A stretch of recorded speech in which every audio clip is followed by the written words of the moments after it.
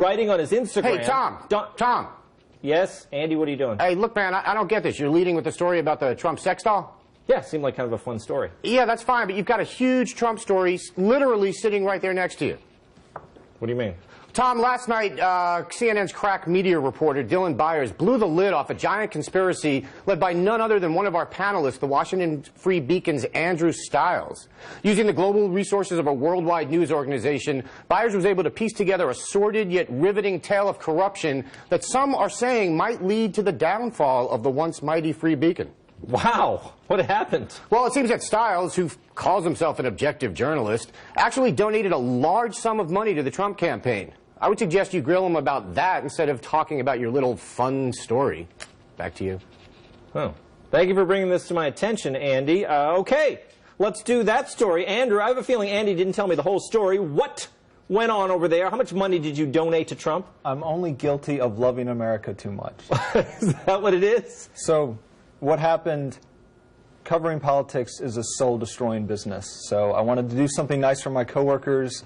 And what better way to lift their spirits than a box full of Make America Great Again hats? Yes! The Trump campaign. Yes, okay. They cost a lot of money, as it turns out. I had to get an extension on my rent, but I dropped the $500. $500 How much are these hats? They're $25 each. $25. Got about 20 of them. Well, are they probably made in America, right? Of course. Yes, yeah. Okay, good. So it's probably worth it, right? It's completely worth it. And I was listed as a Trump donor in the latest round of campaign disclosures. And that's what's crazy to me. There was an FEC filing? Yeah. And federal document. Okay, now does everyone have to do this when they buy, if they buy one hat, they have to fill it out?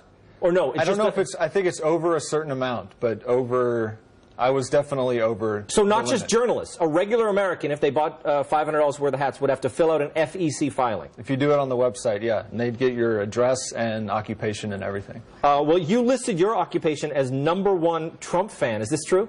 Of course. Why would I lie on a form like that? You would know. It's to the federal government. Why would you lie, right? Exactly. If it must be true. You have a bit of a history with Byers, don't you?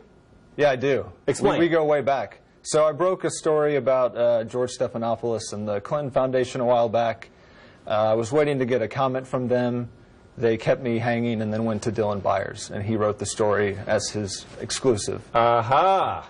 So were you kind of punking him on this, or you didn't? It didn't even occur to you that someone would write a story accusing you of corruption? Well, I got an email from him at around 10 o'clock last night. It said something like, "Yo, bro, you on the grid?"